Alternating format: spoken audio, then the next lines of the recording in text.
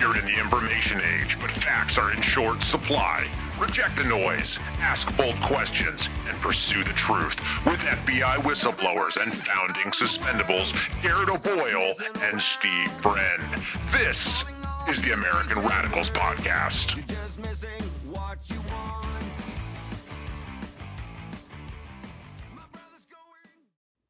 It is the American Radicals Podcast on a Tuesday, 10:30 Eastern Time, coming to you live on rumble.com/amradpod and on YouTube, the American Radicals Podcast. You can also check us out over at X America News, as well as the audio format of the show, iTunes, Spotify, iHeart. Do all the things, folks. Make sure you give us a like, a share, a subscribe, a follow, a thumbs up, leave a comment, a 5-star rating, 5-star review. We're trying to trick those algorithms into radicalizing more Americans by sharing the content of this hobbyist podcast. It is, after all, a hobbyist podcast. I'm an American citizen in the alleged land of the free, exercising his First Amendment rights to comment on things that are open source, in the news, content worthy, nothing classified, and definitely not representing any particular arm, agency, department, or bureau of the federal government of the United States of America. And we got a lot to get to today because it is the only day we're going to do the podcast this week. We're heading into Thanksgiving. Hope everybody's ready to sit around the table and get into some political debates with your angry uncle, maybe your grandma, or just kind of sit back and relax and enjoy that sweet, sweet turkey dinner.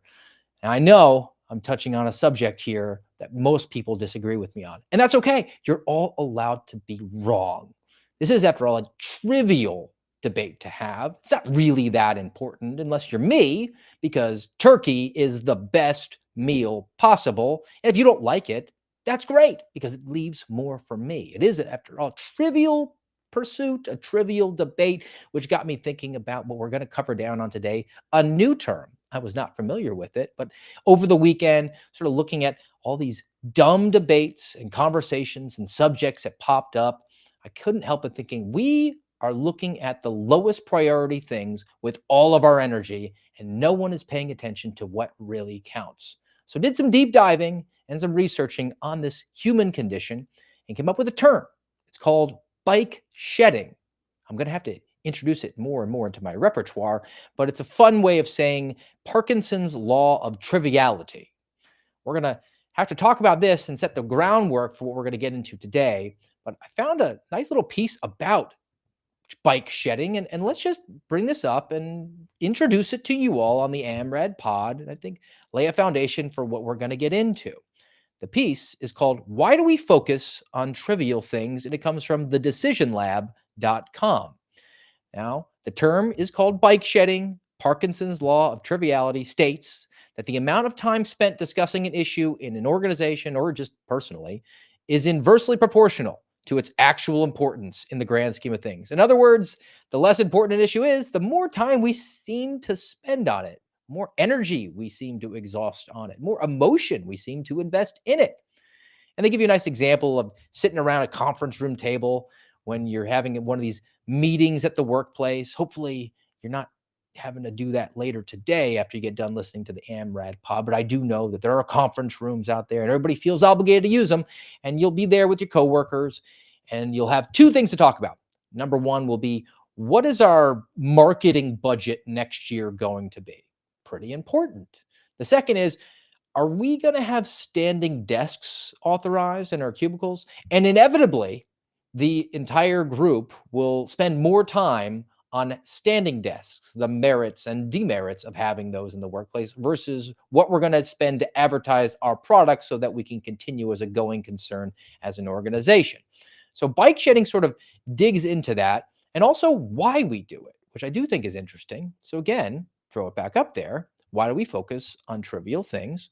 Bike shedding occurs because trivial tasks are easier to comprehend and more enjoyable to discuss. Difficult tasks require a lot of cognitive energy, and we're all kind of lazy at the end of the day.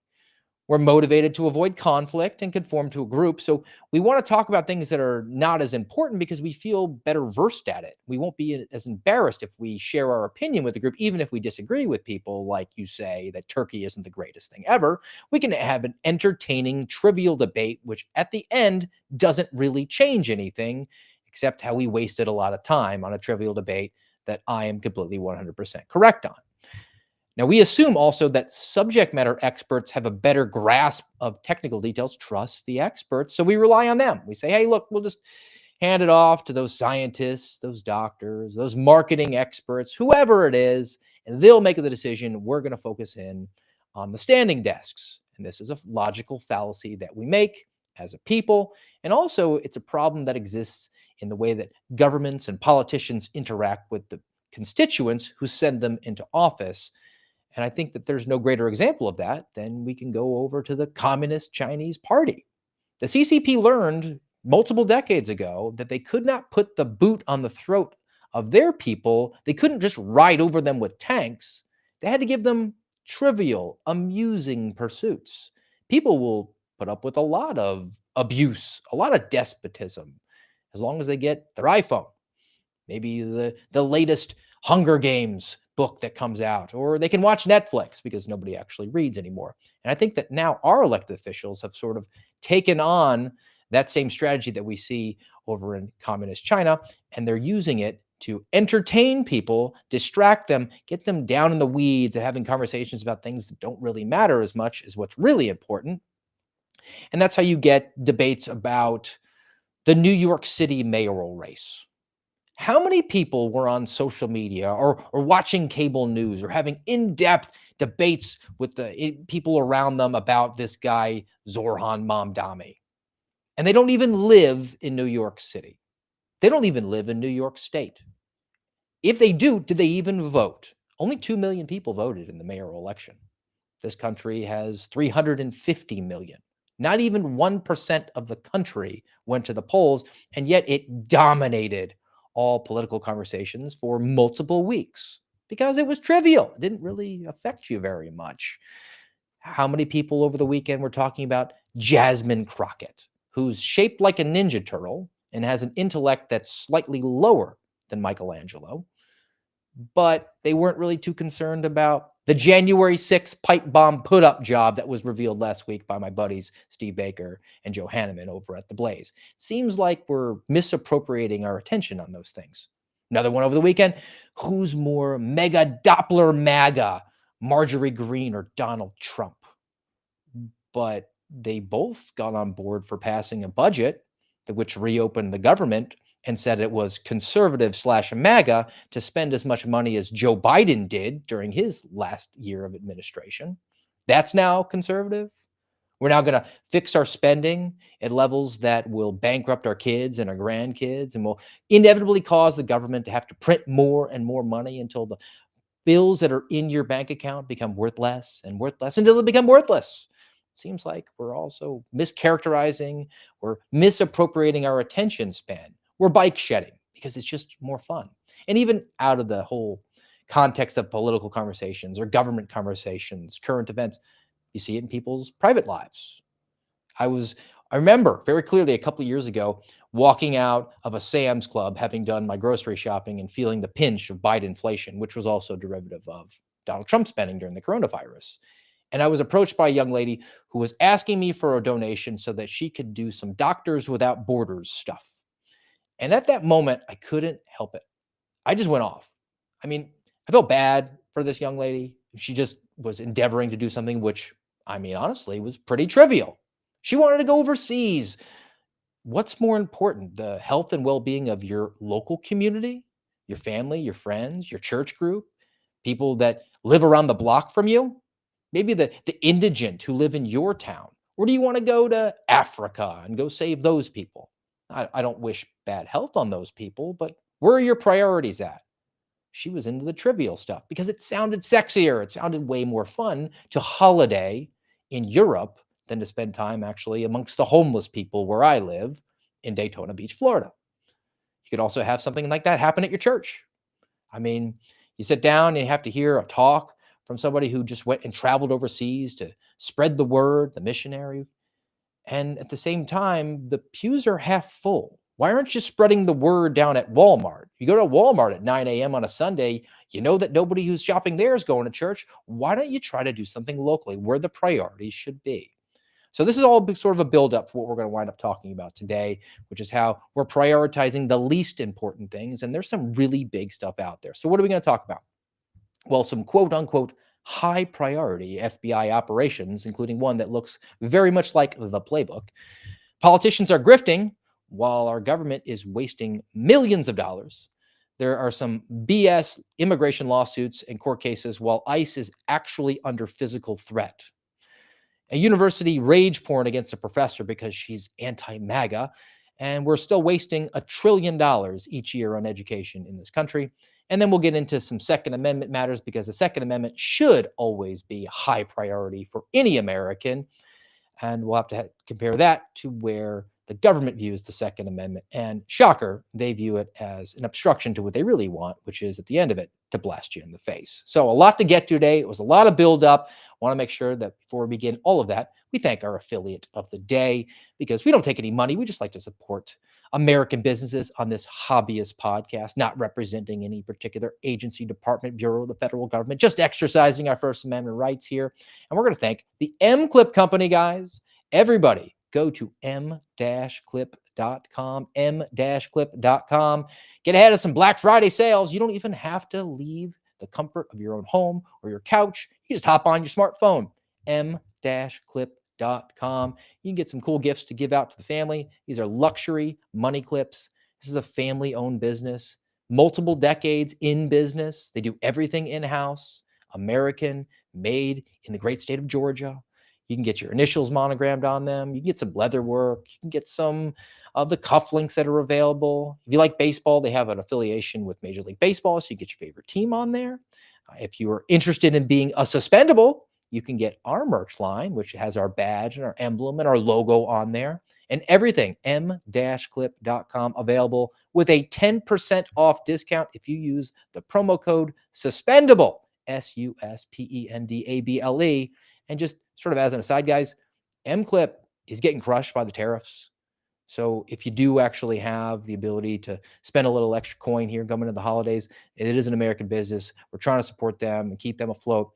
And I would really appreciate it as a personal favor. If you're looking for something that's unique, just go on, visit m-clip.com. All right. And without any further delay, it was a long buildup here. I better deliver here because it's our only show of the week. I'm going to have to bring the content, and I did bring plenty of it. And we'll have to begin because at any point, that sweet meteor of death might just strike Earth. So I like to eat dessert first, content-wise. We all know I only eat almonds.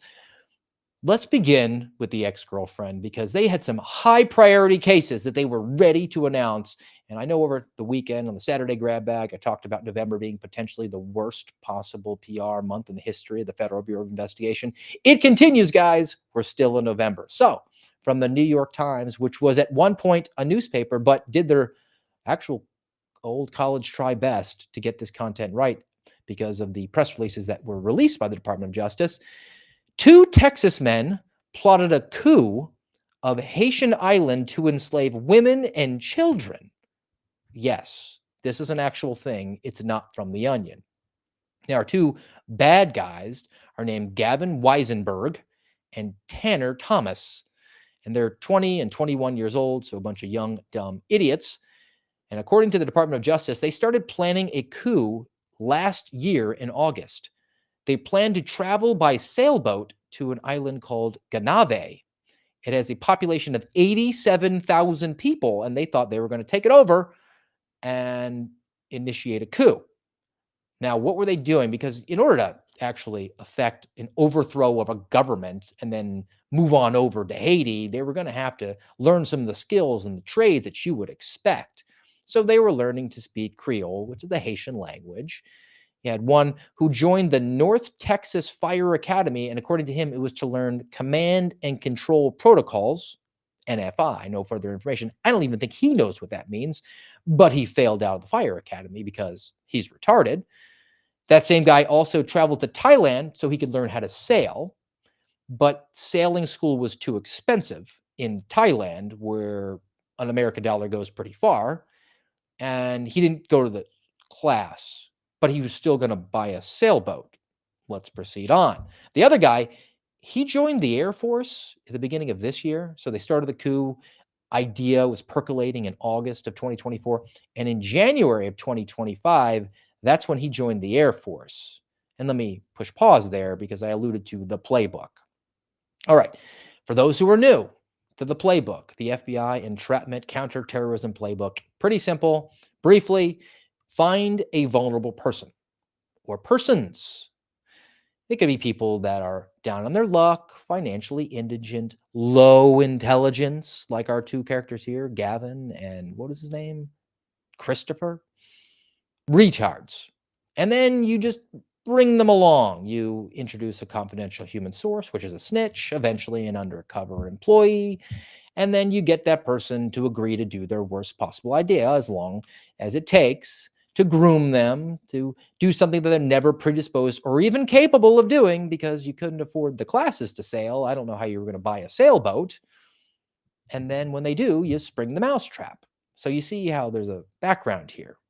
So our two dudes here, one can't actually pass a fire academy, can't afford the sailing lessons. The other one, though, joins the military, which leads me to question, were they under investigation in August of 2024? How did that information come to the FBI's attention unless they were under some sort of investigation?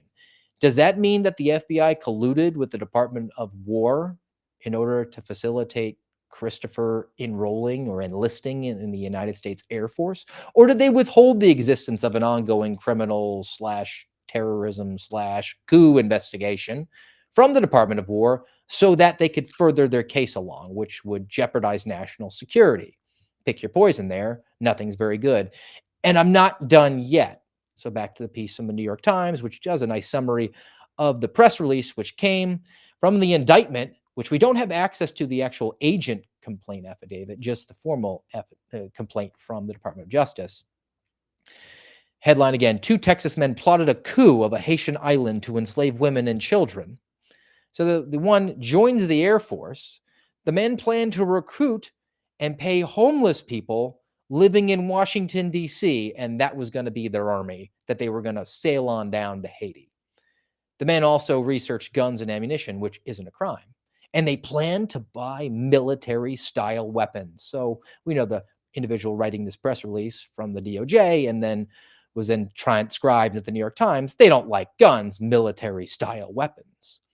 Now, once in control of the island, they plan to murder all the men. It's an island of 87,000 people. They were going to murder all the men and turn the women and children into sex slaves. So I don't think that I would get along really well with Christopher and Gavin, but I also think that it's pretty clear that they're retarded.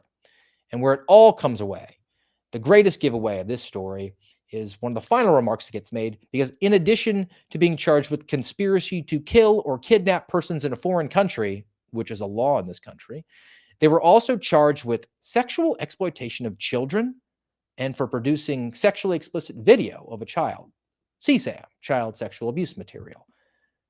Well, now it becomes pretty clear to me. Gavin and Christopher were likely in a peer-to-peer network online, sharing child pornography with each other, maybe exploiting an actual child and encouraging that child to do something that they could record and have for themselves, violent crimes they deserve to go feet first into a wood chipper for it. But when it was infiltrated, this peer-to-peer network, by somebody who had an above room temperature IQ and realized that Gavin and Christopher were retarded, they thought, hey, we've got them dead to rights on this child pornography thing. And we're hearing about their rape fantasies about going down to Haiti and enslaving thousands of women and children.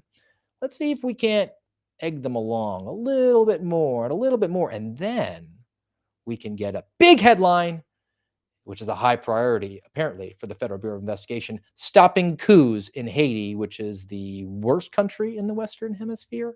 And that wasn't the only thing that happened over the weekend for the Federal Bureau of Investigation. They were very excited to make another announcement on their social media and with a press release as well, which we'll transition over to now. So from the X account, from the FBI, at FBI, formal handle, quote, the FBI's dedication to pursuing justice in burglaries believed to be linked to South American theft groups recently resulted in the return of stolen goods to 2 victims, actor Keanu Reeves and U.S. Marine Corps veteran Eric Lorschendider. The FBI Los Angeles announced it all this week, and here's the announcement that they put out there, guys.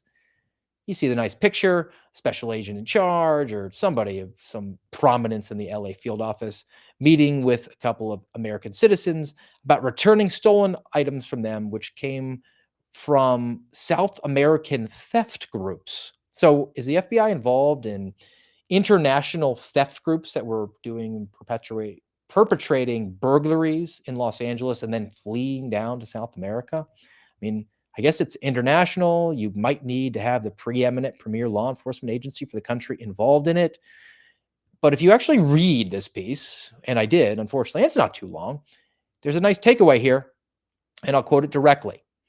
Quote, after our law enforcement partners in Chile recovered goods that South American theft groups are believed to have stolen from the men in a pair of 2023 Los Angeles area burglaries, they handed them over to the FBI. The Bureau then returned the items. So they were just a returning party. The Chilean police busted some international burglary ring and then found things that belonged to Keanu Reeves, which I think one of them was a watch he wore on the John Wick movie. And the FBI taking credit for stopping some sort of international burglary conspiracy when the Chilean police, which I don't think have a great reputation for being preeminent, premier, greatest in the entire world, just ask them. They'll pat themselves in the back, hurt themselves in the shoulders, patting themselves in the back, just telling you how great they are, like the FBI. Apparently, the Chilean law enforcement partners of the FBI did the bust, and the FBI just arranged for the FedEx to get to John Wick. High priority, guys, worth putting out there in their social media. You would think that only the most important things that they want to get to the attention of the American people are getting out on social media, that they're paying somebody an actual salary to write these press releases. So that's the highest priority, not J6 pipe bomb revelations, not investigating Shawnee Kirkhoff or the other Capitol police officers who colluded with her in order to put up job on hundreds and thousands of Americans 5 years ago. That reward's still outstanding, by the way, $500,000. All right, well, let's get off of the FBI. We'll get back to it, I promise, at the end because we have to. But let's talk about some corrupt politicians who are still fighting to line their own pockets. So, from CBS News, this is about Republican Lindsey Graham. He blocks a House passed bill to repeal shutdown deal provision allowing 500,000 lawsuits from senators. And this was part of the reopening agreement that those 9 Republicans who were part of the Arctic Frost investigation had their phones records subpoenaed by the special prosecutor, by the FBI, which was lawful, constitutional, within all policy and protocols and guidance of the Attorney General of the United States. Nothing illegal, but not appropriate. And the senators wanted to profit off of this. So, from Lindsey Graham and from this piece, the new law required service providers to notify senators if their phone records or their data were seized or subpoenaed, and the senators are entitled to $500,000 for every single violation. And it was retroactive, not going forward. They did a retroactive measure in this law that said, oh, we can go back all the way to 2022 to make sure that we can get all of that money that we missed out on over the last 3 years. Lindsey Graham said, quote, "What did I do wrong? What did I do to allow the government to seize my personal phone and my official phone when I was a Senate Judiciary Chairman?" Well, he's right. I mean, did he do anything wrong? But he might not have. There was allegation and information of a crime, though. And Lindsey Graham, then part of funding those very same entities within the federal government fully to the tune of $11 billion to go on doing it, even though he knows that it went after him.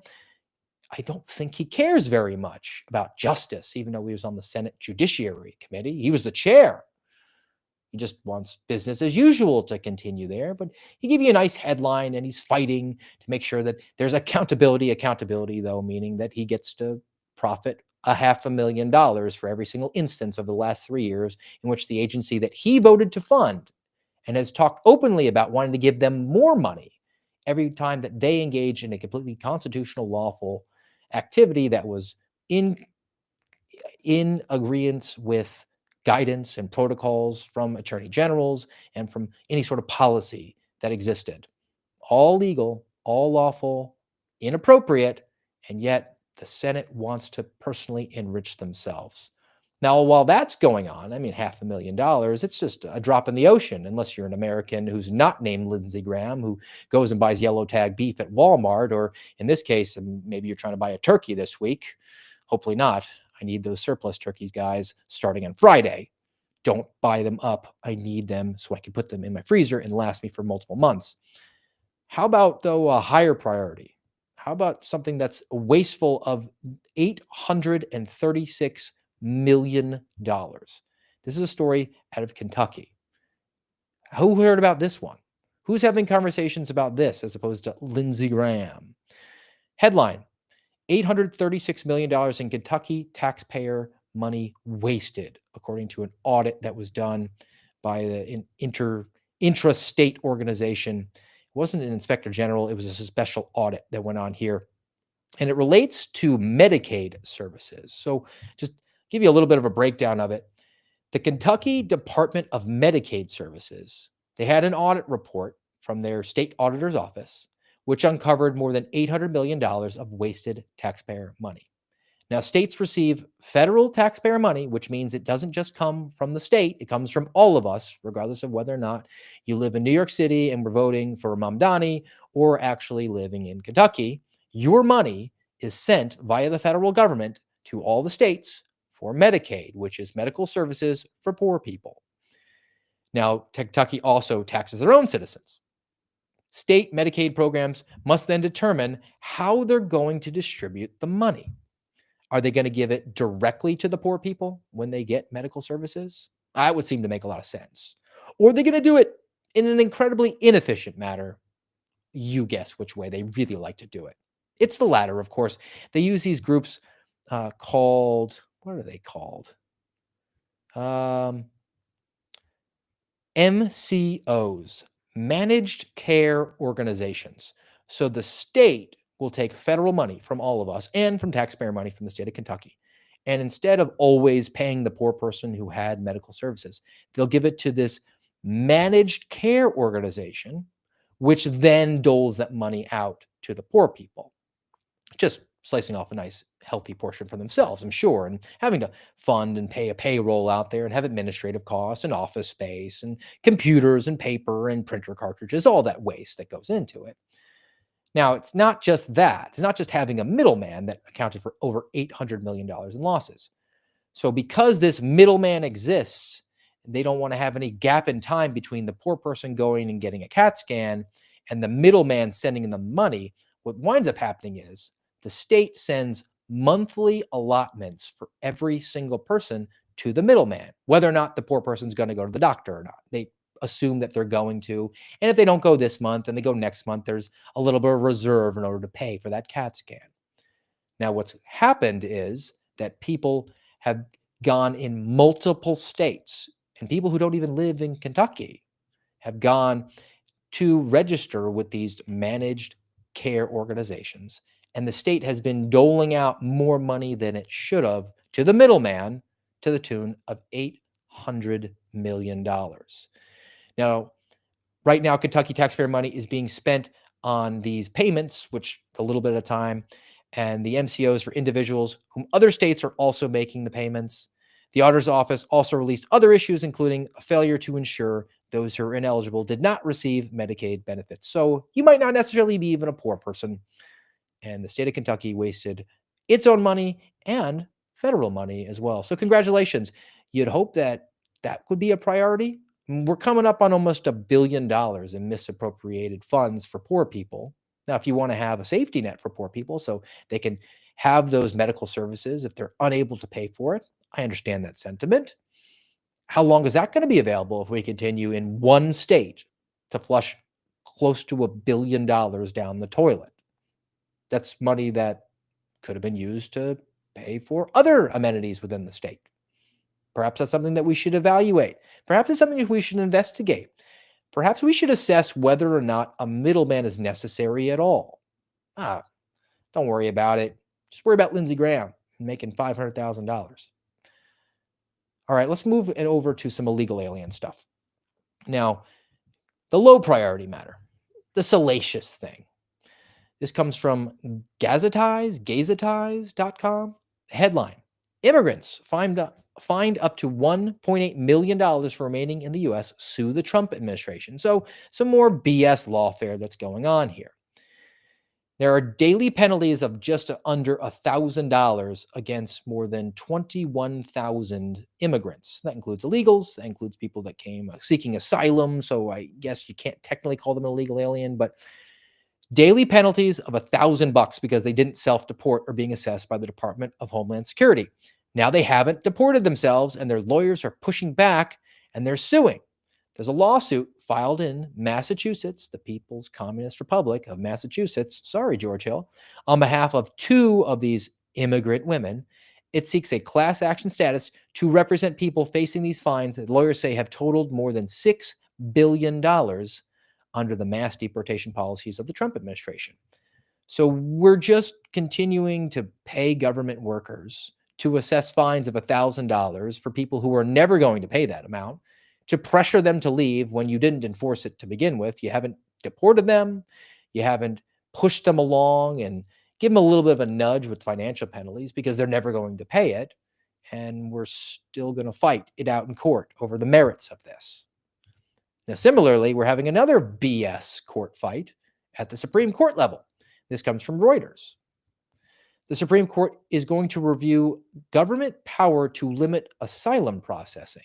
Now, this gets really into the nitty-gritty, the language matters of lawyers. This is why people should hate lawyers. And it is, after all, a stupid thing to prioritize this argument when it is just on its face obvious what's going on.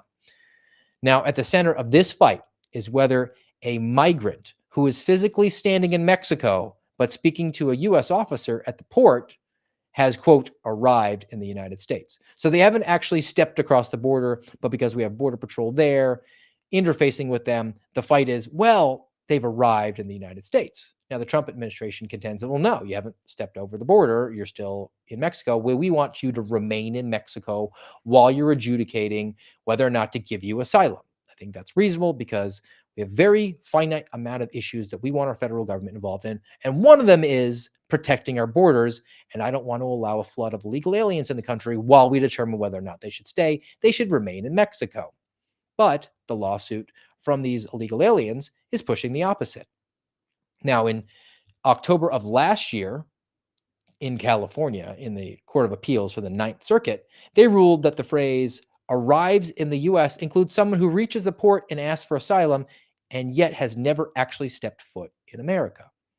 This lawsuit goes back, guys, to 2017, during the first year of the first Trump administration. The argument is that the Department of Homeland Security violated federal law when officials told migrants who reached the port of entry to wait in Mexico. Now, the policy was rescinded during the Biden administration, clearly because they wanted to flood us with as many illegal aliens as possible and call them parolees or asylum seekers or whatever they wanted to term them. That was a rescinded policy. And they said, look, if you got to Guatemala and you were coming from Chile, we're going to count you at the border, whatever they had to get the 10, 20, 30, 40, 50 million illegal aliens in the country. But now that Trump administration part 2 is in office, they've brought this policy back. Now the Supreme Court's going to have to fight about whether or not the term in Mexico or at the border or what is a border, what is the definition of a border, they're going to have that conversation. That's low priority garbage. It's on its face clear, but we're going to have lots of news articles written about it. I'm sure some cable news discussions and debates online about people about defining what constitutes asylum, what constitutes actually being in the United States, physically present versus, no, you haven't stepped foot over it. Seems like kind of a trivial conversation to have, pretty much on its face. And it's distracting from things which should be really relevant to the American people. I said it a minute ago. We have a very finite amount of duties that we assign to our federal government when we have a social compact with them, and we agree to give up some of our liberties in return for certain assurances. You're going to protect us against fraud and force. You're going to coin money, occasionally have a treaty. You're going to protect our borders. That's a law enforcement component. And we've got these guys out there They were going out trying to arrest illegal aliens and going out standing on the wall to prevent illegal aliens from actually penetrating into our country right now. And they are under attack. I've got a bunch of pieces here that I want to get to. And you tell me what's more important, a debate over what constitutes being present in the United States, or a debate about whether or not we've assessed $1,000 fine to you that you're never going to pay, or whether or not there could be some ricin poisoning happening for ICE officers. Now, this comes from centersquare.com. The headline: envelopes with white powder sent to 2 Texas ICE offices. There's no public threat. Now, from this piece from Center Square, and I actually have a couple from them, they did a pretty good job reporting on illegal aliens. Federal officials are investigating 2 incidents in North Texas after 2 separate field offices received envelopes. I wonder if they came from the same source. One was sent to ICE Dallas, which has been the target of some domestic terrorist attacks where they had the shooting that went on there. And then the other one was in Irving, Texas. Now, an adjoining piece is it's not just getting the potential anthrax or ricin or whatever it is. There's also been a lot of online threats. Now, First Amendment protector here, First Amendment defender here, First Amendment believer on this hobbyist podcast. I think a lot of the threats, or at least the comments being online, characterized as threats are First Amendment protected activity. You're allowed to be a jerk. But just they're also receiving some phone calls. So this was a recent call that came in the Department of Homeland Security, and let's just determine whether or not this constitutes a threat to the life. You know, it's always the bad guys who need masks, not the good ones. I hope every one of those lawless who call ICE officers get doxxed one by one, and they get the public shaming they deserve. First Amendment protected, but sort of gives you a flavor for the sort of confrontations that many ICE officers are actually engaging in right now. So let's get to those. So again, from centersquare.com, headline: ICE Border Patrol agents experience a historic surge of vehicular attacks this year.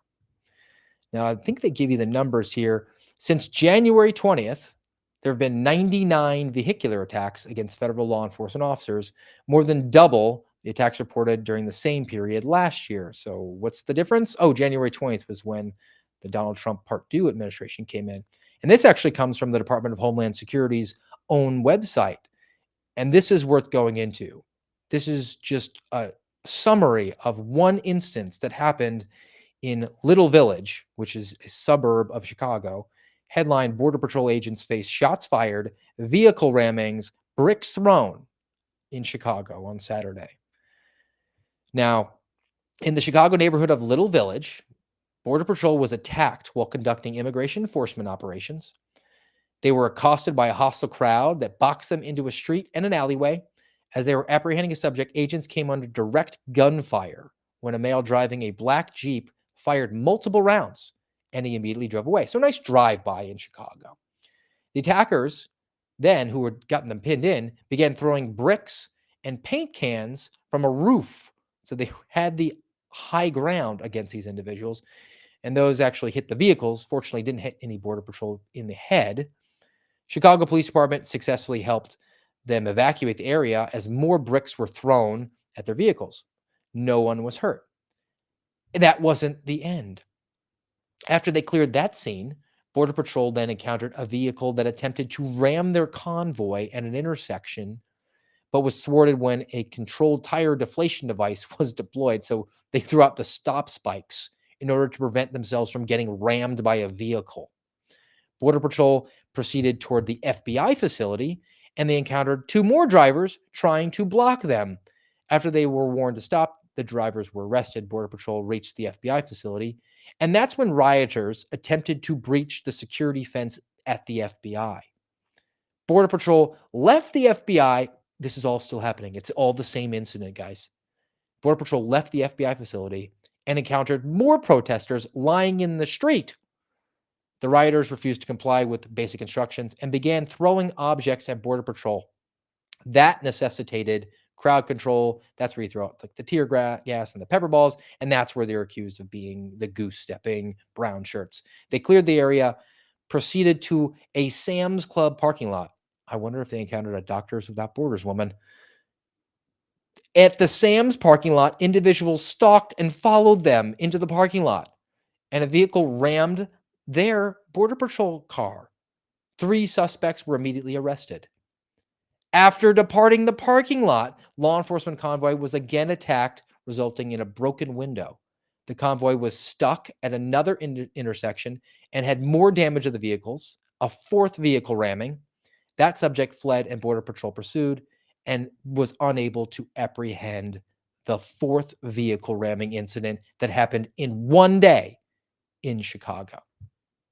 Has anybody seen that reported? Those are guys that are laying out there.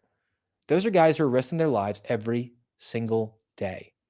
Now, I don't like them wearing masks. I think that you owe a certain level of accountability to the American people. I understand the sentiment of being concerned, particularly if you had 4 different vehicles ram your convoy when you're just trying to do your job and enforce the law and go arrest people who illegally enter the United States. That's your directive. That's what you're paid to do. And yet, a lot of people in Chicago were averse to this. A lot of people were willing to go out there and harm law enforcement officers.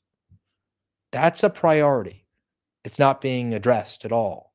We're not having conversations about that. We're talking about Marjorie Greene debating with Donald Trump about who's more mega Doppler MAGA. Meanwhile, guys who are supposed to be doing the most MAGA thing, mass deportations, are at risk of losing limb, potentially their lives. You get hit with a brick in the head from an elevated position, get hit with a brick in the head that's in the person's hand, you could die. And then if you return, because it's a deadly force situation, if you return fire appropriately from people who are not just obstructing, but people who are engaging in deadly force against you, well, now you're going to be on the hook.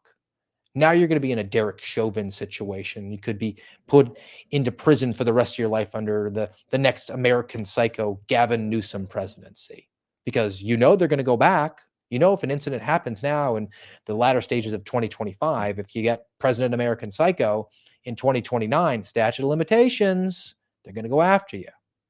These are the priority issues.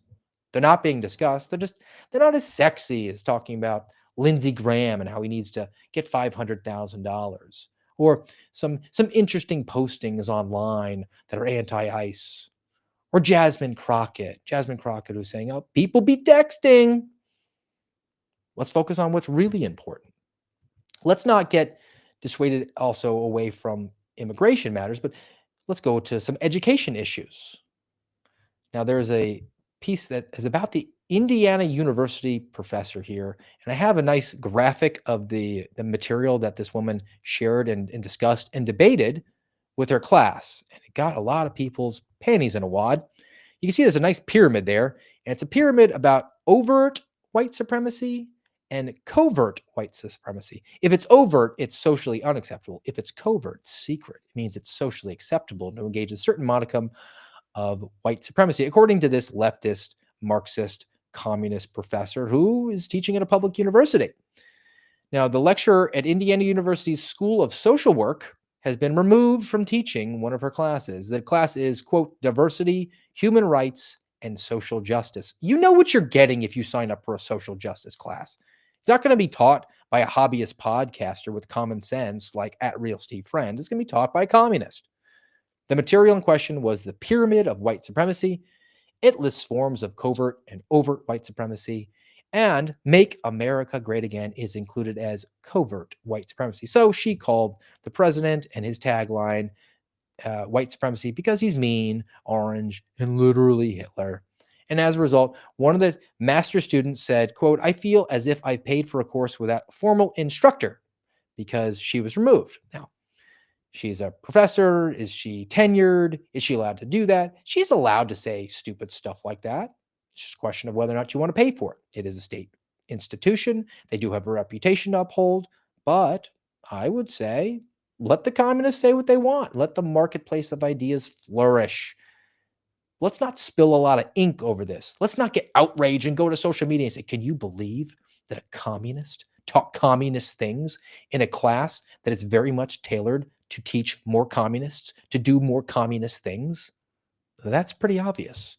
You didn't have to enroll in the class. But what we could prioritize are things like shutting down the Department of Education, not just rearranging the deck chairs on the Titanic, which is actually what's going on here. So we're having a serious conversation, but we're not taking any serious action when it comes from this, which comes from the U.S. Department of Education. And it's a press release. They're announcing 6 new agency partnerships in an effort to break up their own federal bureaucracy. They're actually forming more government in order to get rid of government. Stick with me on this. So the U.S. Department of Education announced 6 new interagency agreements, IAAs, because the government has to have acronyms for everything. Here are these agreements. Department of Ed and the Department of Labor are establishing the Elementary and Secondary Education Partnership, also establishing the Post-Secondary Education Partnership. So those duties and responsibilities, which the Department of Education was spending millions and billions of dollars, they're not being cut. They're just getting moved over to the Department of Labor. Then you have the Department of the Interior, which is establishing Indian Education Partnership to improve Native American education in the United States. So the Department of Education won't handle all the money, will just go over to the Department of the Interior. Department of Ed and Health and Human Services establishing Foreign Medical Accreditation Partnership, which wants to see if people can go overseas and get medical licenses. Again, no cuts, just rearranging the deck chairs. Also with Health and Human Services, they're establishing a child care access means parents in school see campus to improve on-campus child care support. So the government is forming a partnership between multiple departments in order to give babysitting at college. You have to find that for me on the Constitution. Maybe it's in invisible ink, part of the Good and Plenty Clause on the back of the Declaration of Independence. And the last one, Department of Education and Department of State are going to have an international education and foreign language studies partnership so we can spend lots of money so that we can bring in foreigners to our country. Very America first. Perhaps we should debate who's more MAGA, more mega Doppler MAGA than the Department of Education and the Department of State. So serious matter, not really doing anything serious with it. We're going to have a discussion about education, though, as long as we're not doing anything at the Department of Education other than in form, but not in substance. Can we talk about actually stopping spending money entirely? Can we talk about cutting the almost $1 trillion that we spend? This comes from Reason. The headline, K through 12 education spending spotlight, annual public school spending nears $1 trillion. America's public schools, just under $1 trillion. We don't teach phonics anymore in many places. They don't make you sound it out. Remember, Hooked on Phonics works for me? That's gone. And as a result, almost half of 4th graders can't read. There's also massive grade inflation because everybody has to feel good about themselves for going to American schools, but not actually learning anything. And they focus on equity, not merit. And actually, there's an increasing attention on teachers' pensions, not actually teaching the kids. We're worried about job creation within the schools rather than teaching kids to read, write, and do arithmetic. And I'll even go back to the phonics thing. I had a conversation with Andre Gomez about this because she taught for a long time. She actually taught English as a second language, so she's got an interesting take on many of the things that she saw. Many of the kids that were coming in, who knows what their legal or illegal immigration status was, but it wasn't really up to her. She was just doing her job trying to teach kids to speak the English language. But she talked to me about phonics. And I mean, child of the 90s, I remember those commercials, Hooked on Phonics, worked for me. You sound it out, and that's how you learn to read. That's how I taught my kids to read. That's how my parents taught me to read. Sound it out. There's a completely new philosophy now when it comes to teaching kids to read. They put pictures in the books, and I always thought it was just to make it more entertaining, because if you have a 5-year-old and there's not a cool picture on there and just words, they're going to lose attention pretty soon. But that's not what's going on. They'll put a picture in the book, and it will be of a horse, and underneath the horse, it will say horse. And instead of sounding out the H and the O and the R, etc., they just kind of leave it up to the kid to guess. So they make some sort of identification with seeing the word horse associating it with the picture of a horse. And let's say the little girl that's reading, quote unquote, sees that and says, "Oh, that's a pony." That's acceptable. So now when she sees HORSE and she says pony, that's correct. And that's why half the fourth graders in this country can't read.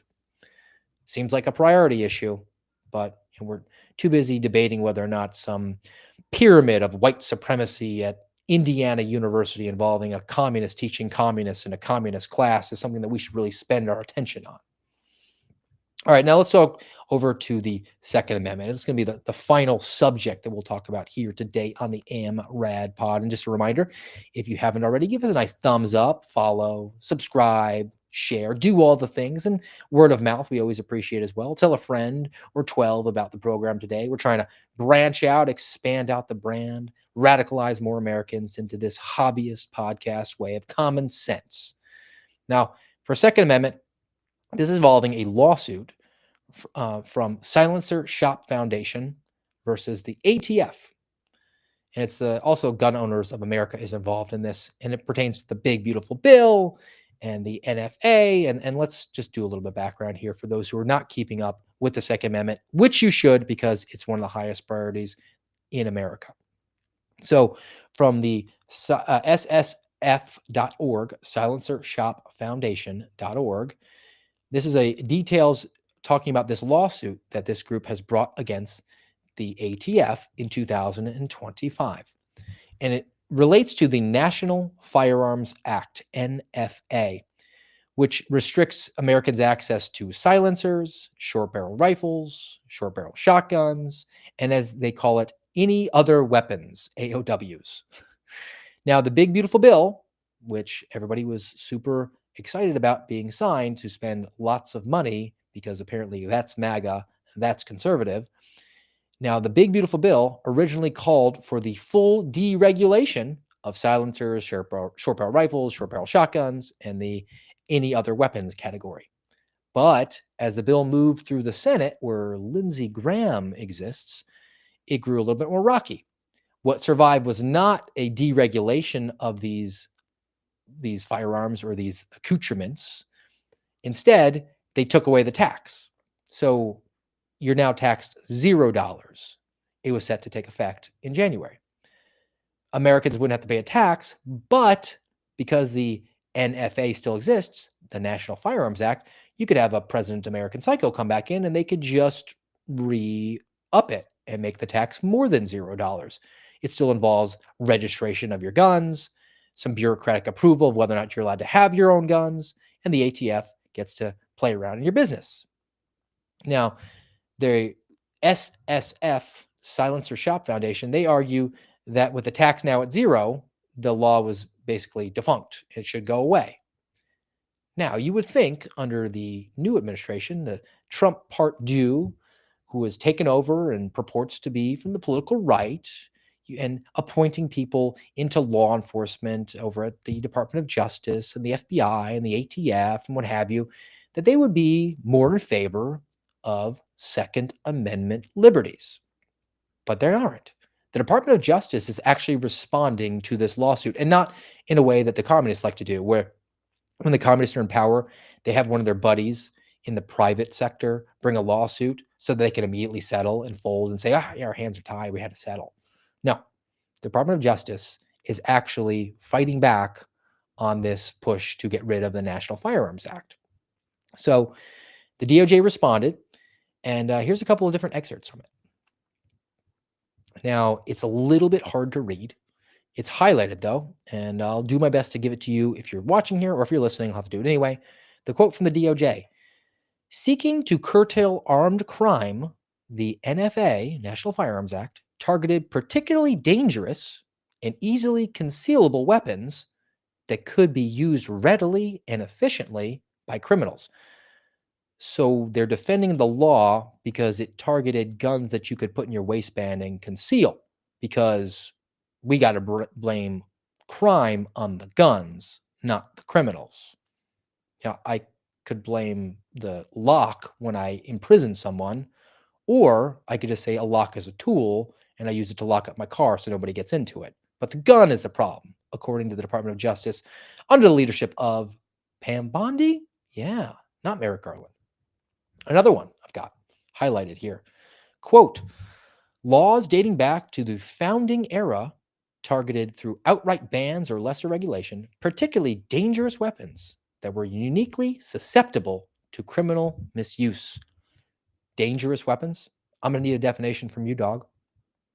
Is a weapon dangerous in the hands of somebody who's proficient?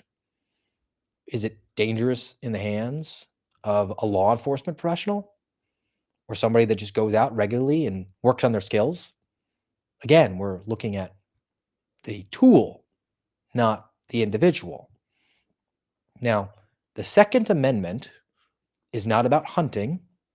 It's not about home defense. It's not about recreation.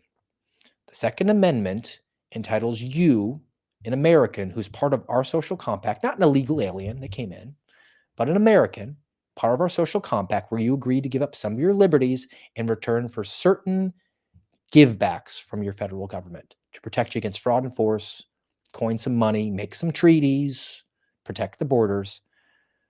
The Second Amendment ensures that you can hold the federal government in line. Because if you don't, they're going to come knocking at your door. And if you're unable to protect yourself, you're unable to defend yourself, they will blast you in the face. And now we have a current administration, a current Department of Justice that is arguing that it is the arbiter of what constitutes a dangerous weapon. Whether or not a weapon could be used efficiently, and that's a bad thing. Would you prefer us to have inefficient weapons? Can you believe these weapons? They're just so darn accurate. Wait. Would you prefer to me have an inaccurate rifle? Would you prefer to me to bring up my rifle and sight my target and then have it shoot 90 degrees to the left and kill an innocent person? Those are nonsensical arguments. But what is making sense to me is that the government still hates the American people's ability to defend themselves against tyranny. There's no other explanation for why this Department of Justice is in court defending the National Firearms Act. Shall not be infringed. It's pretty simple. It's pretty cut and dried. You would expect your elected officials who purport to come from a constitutional background, somebody who respects our history, to not say, well, that dusty old founding era, they didn't really know what they were talking about. They couldn't have predicted that we would have the ability to have criminal misuse of a firearm. Pretty sure they did, and they didn't care because there's inherent risk with liberty attached. In this country, you're entitled to a firearm, shall not be infringed. Home defense, that's great. Recreation, awesome. Hunting, you want to go shoot some prairie dogs like John Thune in South Dakota? Okay. But what ultimately comes down to is you have to have the ability to protect yourself against the government coming to your door and blasting you in the face when you refuse to bend the knee. And the government, the people, I don't care if they have an R or a D by their name, they galls them so badly that they don't have that ability yet. And they will fight and fight and fight to try to every little bit get in there, and continue to assert their control in the hopes that they will one day be able to disarm you. Don't believe me? Don't you believe that the opinion of the current administration is rather dour on the American people who actually exercise their Second Amendment and believe in it? Let's go to our last piece. And I told you I'd bring it full circle with the ex-girlfriend. This comes from the New York Times. I won't go too deep into the story, just the first couple of paragraphs. The headline, Patel under scrutiny for use of SWAT teams to protect his girlfriend. And we covered that. He used the FBI Nashville SWAT operators to protect Alexis Wilkins. One paragraph, though. Quote, when Alexis Wilkins, an aspiring country singer dating the FBI director Kash Patel, sang the Star-Spangled Banner at the National Rifle Association's annual convention in Atlanta in the spring, she arrived with a formidable protective posse, a SWAT team for the Bureau's local field office. The FBI SWAT team was deployed to protect the director's girlfriend at an NRA convention. They don't trust anybody who exercises the Second Amendment. Even the people there who more than likely were very excited for Donald Trump to become the president. We're very excited for Kash Patel to be appointed the FBI director, for Pam Bondi to become the attorney general. That is their opinion. They need to have armed protection by the government against those people. That should be a priority. All right, guys, we've reached the end. We've reached the end of this episode and for the week. Hope you all enjoyed it. I'm glad you stuck with me here on this Tuesday edition of the American Radicals podcast. But I'm not going to leave you without a nice palate cleanse and with a biblical worldview. Actually, I've got a double dose of biblical worldview because we're missing a couple shows. I want to make sure that we dig on deep on that. So the first one, Proverbs chapter 24, verse 27. Put your outdoor work in order and get your fields ready. After that, build your house. Then Luke chapter 14, verse 28, 33.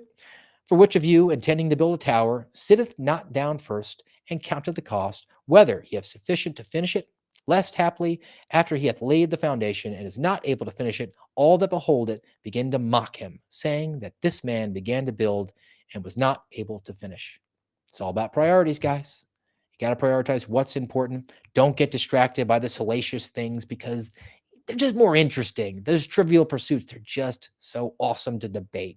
You don't need to be debating what Jasmine Crockett is saying on social media. You don't need to worry about BS court fights, or you'd hope at least that those court fights wouldn't be something we'd have to engage in. And if we do, then we just dismiss them. Instead, we should be worried about the ICE guys that are getting bricks thrown at their head and drive-bys going on as they're doing what the American people sent a mandate for a year ago, and that was mass deportations of illegal aliens who have flooded across our borders. We shouldn't be fighting about communist professors teaching communist class to communists. Instead, we're wasting $1 trillion and our kids can't read. We shouldn't be worried about the FBI returning a watch to John Wick. We should be worried about entrapments and potential collusion between law enforcement and the Department of War in order to further a fake narrative. And we should always, always, always prioritize our Second Amendment. It is the ultimate. It is the thing that, regardless of who's in charge, is an impediment to them coming to your house and forcing you at the tip of a gun to bend the knee. So prioritize what you can, what is really important, and then just set that other stuff to the back burner to be addressed maybe later when you have more time, maybe when you're just sitting around relaxing and not having to worry about so much this coming Thursday. All right, and for the palate cleanse, I found this, and this is a dude who is probably the bravest human that I've ever seen. This is a guy who decided it was a good idea to jump out of an airplane without a parachute. At least his buddies prioritized him and took care of him.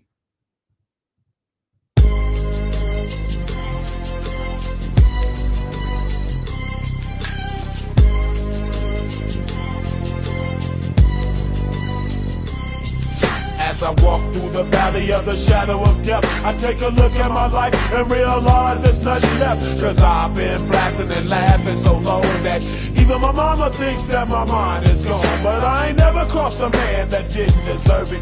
Me be treated like a punk, you know that's unheard of. You better watch how you're talking and where you're walking, or you and your homies might be lying and chalk. I really hate the trip, but I gotta low. As they croak, I see myself in the pistol smoke. Fool, I'm the kind of G the little homies wanna be like, on my knees in the night, saying prayers in the street light. Been spending most of the night living in the gangster's paradise. Been spending most of the night living in the gangster's paradise. That's a brave, brave man there. Wow. All right, guys, we've reached the end of the American Radicals podcast. Thank you, as always, for joining us here on rumble.com/amradpod and on YouTube, the American Radicals podcast, iTunes, Spotify, iHeart, at X American News, however you consume the show, wherever and whenever you consume the show. We're thankful for you. Hope you all have a great rest of your week. Hope you all have a great Thanksgiving. Make sure that you take some time to chart and note the things that you're most thankful for. I'm definitely thankful for all of you. We'll be back, plan to be back with you Tuesday, a week from today, here on rumble.com/amradpod, 10:30 Eastern time. Until then, guys, happy Thanksgiving.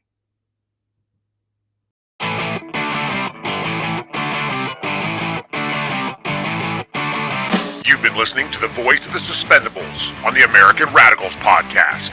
Follow us on rumble.com/amradpod.